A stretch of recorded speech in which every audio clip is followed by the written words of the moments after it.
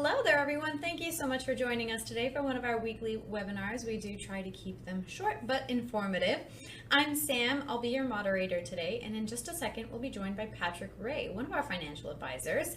We've compiled a list of the 7 things we think you should do before you decide to leave your company, and Patrick is here today to speak to you on that. I apologize in advance. He won't be able to answer any questions live with you today, but there is a Q&A box on the screen. Feel free to ask away. It's completely anonymous. We welcome your questions, and I will make sure someone reaches out to you after the presentation has ended to answer those questions with you directly, either through phone or email. Next, please be reminded, we are not your company here. We are not affiliated nor endorsed by your company. We are a completely independent group of financial advisors, so keep that in mind as you're listening along. And lastly, you can follow us on YouTube, you can follow us on LinkedIn, you can head over to our website. I'll be dropping some links throughout the presentation. Book a free 15 or 30 minute block of time with one of our advisors to get started or updated on your retirement planning. You can subscribe to the many blogs we have available that will help keep you updated on your retirement, and many other resources that we feel are just very valuable to you. So please take advantage of those. And without further ado, we're going to jump right into it with Patrick Ray. Hello, everyone, and welcome to today's presentation. My name is Patrick Ray. I'm one of the senior financial advisors here with the Retirement Group and Wealth Enhancement. And today I'm going to talk about some things that you need to consider before leaving the payroll for your specific company. And there are 7 of these things specifically that I want to touch on today.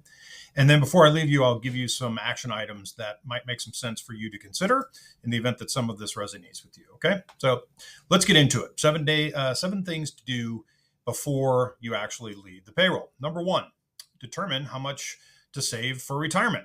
This might seem very rudimentary and incredibly basic.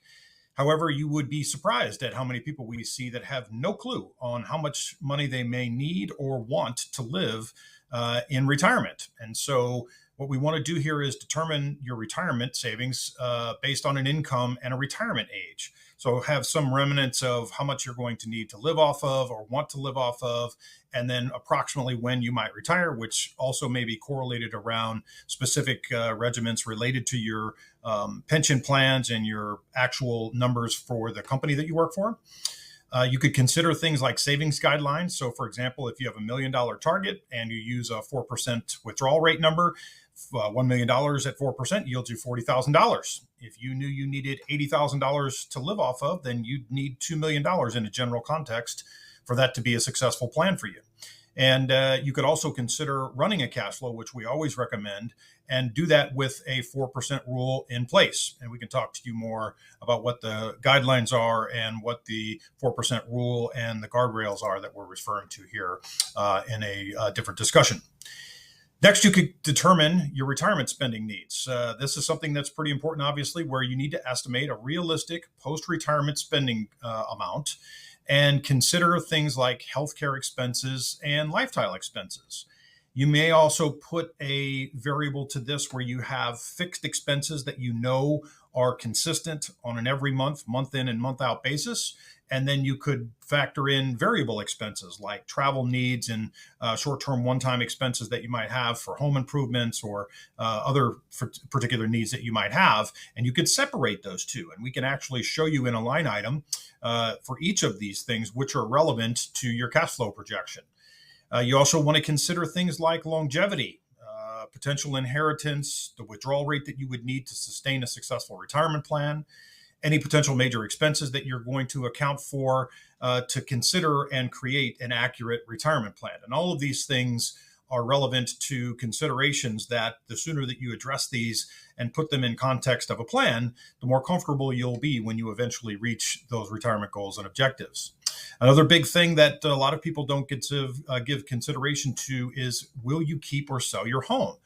Many of you want to continue to live in the current home that you live in, when in fact it might be a reasonable expectation to downsize or potentially live in a more favorable tax state, for example, where a state that has no income tax for a given scenario. That might make some more sense for you to consider. So there's a number of reasons why determining your retirement spending needs are crucial to meeting your overall goals and objectives long term.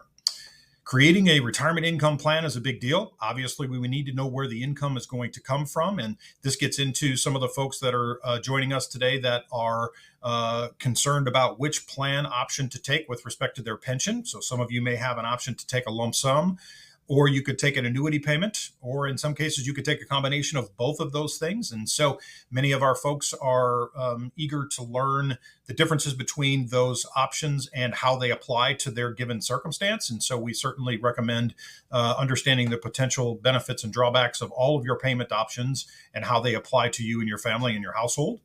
You want to follow the interest rates, and certainly given that you could have a lump sum if your plan allows so, you'll want to pay close attention to those because the lump sum is tied directly to the interest rates. And so oftentimes we help our folks exit into a successful retirement by giving them an appropriate date to retire or consider retiring or leaving the payroll because of what the interest rates actually do to their lump sum. So having said that, that's certainly something that would be of consideration that you would want to take into account.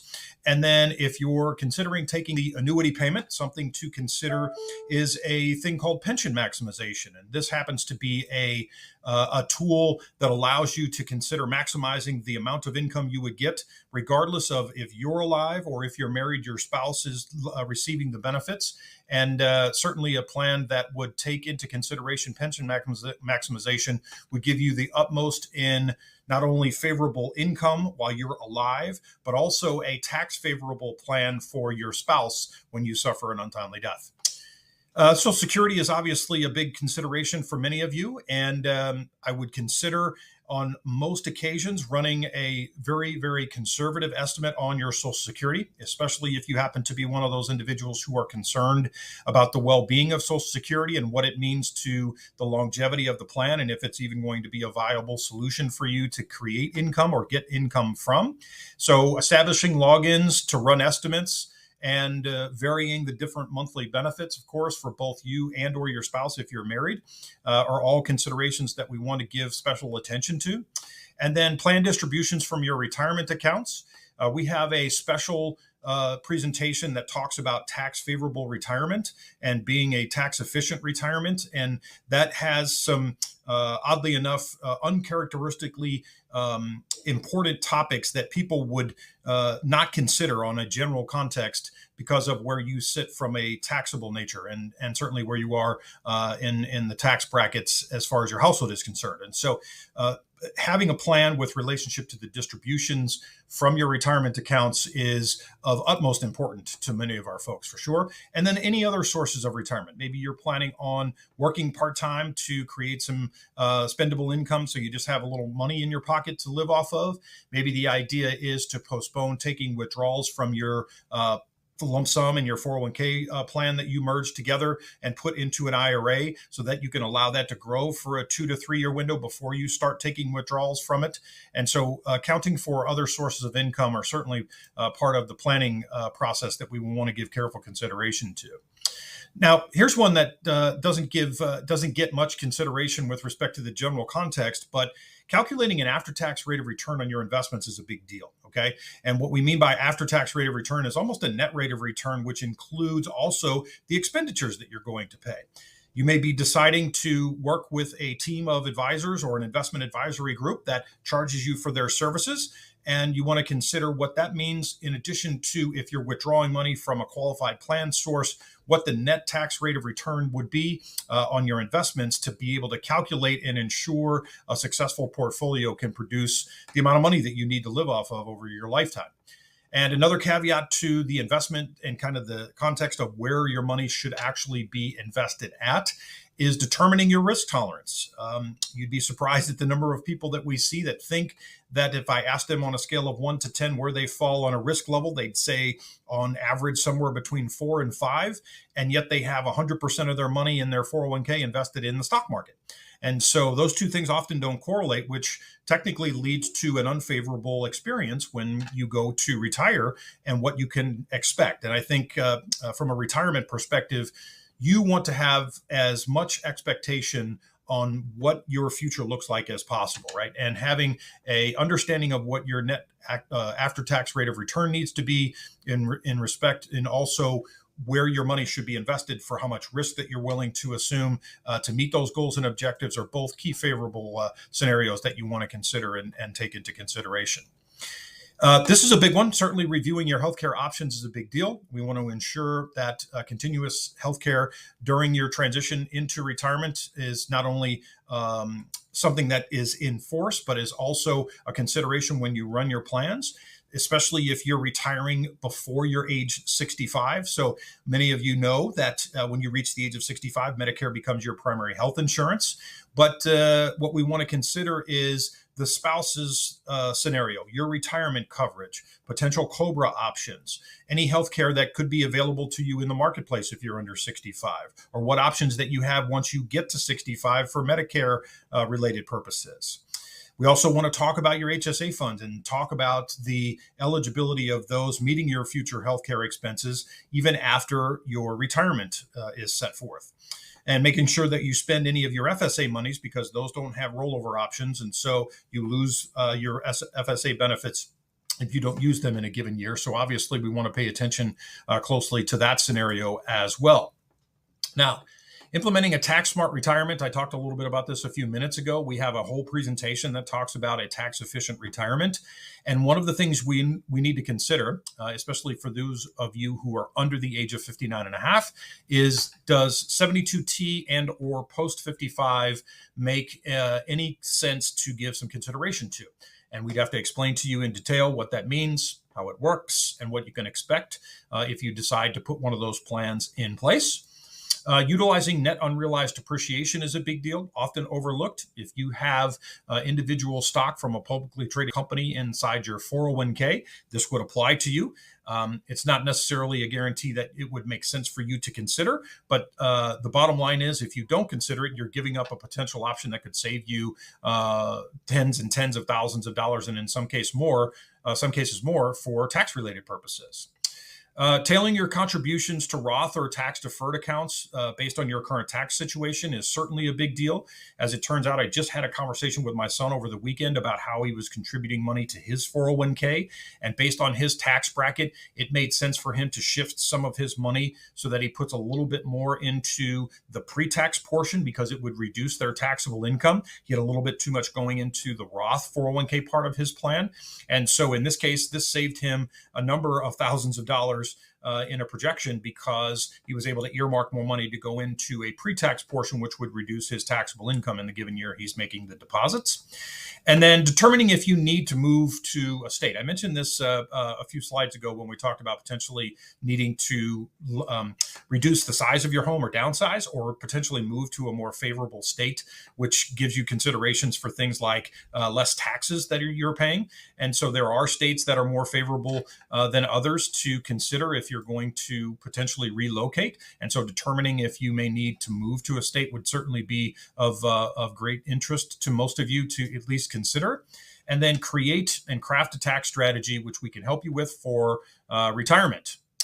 Now, running a cash flow is easily the most important thing. And I've never spoke to any of the thousands of people that I've met with over my 26-year career that said that they did too much planning to meet their retirement goals and objectives. Okay, that sounds kind of silly, but it's true, right? There's no such thing as over planning. And so cash flows will do things like help you determine if a lump sum is better than an annuity option, or if the annuity option is a better option than the lump sum for you. We can include healthcare premiums. In fact, I would recommend that when you run your cash flow projection, that you run a separate line item over and above your fixed expenses for what healthcare could potentially cost you. And we can even assign a greater inflationary rate to that number, since healthcare is typically increasing on a higher level than just our regular spendable needs are from a month-to-month or from a year-to-year basis. The cash flow will also assist you in determining if a 401k rollover is the best option for you to consider when you leave money into the plan, or taking money and putting it into an IRA, and that depends on a lot of things. And then also it will determine withdrawing all of your money on taxes and penalties and potential growth opportunities, and where the most ideal setup will be for you. And it also assists with helping allocations, like maybe you don't need to take as much risk to meet your overall goals and objectives because you have more money than you technically need. But on the other hand, you could need to have a more aggressive approach to meet your overall goals because you haven't saved as much money as you otherwise would have liked. So here's the reality. Most people over the age of 50 do not have a written financial plan. In fact, 74% of the people over the age of 50 don't have one. And it's silly because firms like ours, we do it for a complimentary service to you to offer an understanding of how we can do and help you in partnership when you decide to transition into retirement. And so we have a ton of experience with our team in helping people from Fortune 100 companies plan for and obtain and transition into a successful retirement with offices all across the country, and specific knowledge in many of the plans related to their savings plans and their 401k plans and their pension plans and medical plans. And so the cash flow is complimentary. And if you're open to understanding how this might apply to you specifically, I would encourage you to call 800-900-5867. You can also take a picture of this QR code to the left, and it will get you to a calendar where you can schedule a time with myself or one of my coworkers to help you put together a plan that's consistent with your needs and objectives. And the QR code to the right is a LinkedIn QR code, which allows you to get access to company-specific pages where we have a lot of specific data for a lot of companies that you might want to take into consideration. And so you might want to breeze through this to see if you work for one of the companies that we follow and we give a lot of free information for. And in the end, like I had mentioned earlier, there's no such thing as too much planning. So with that, I'll leave you for the afternoon, and I appreciate your attention today. All right. Take care. Have a great day.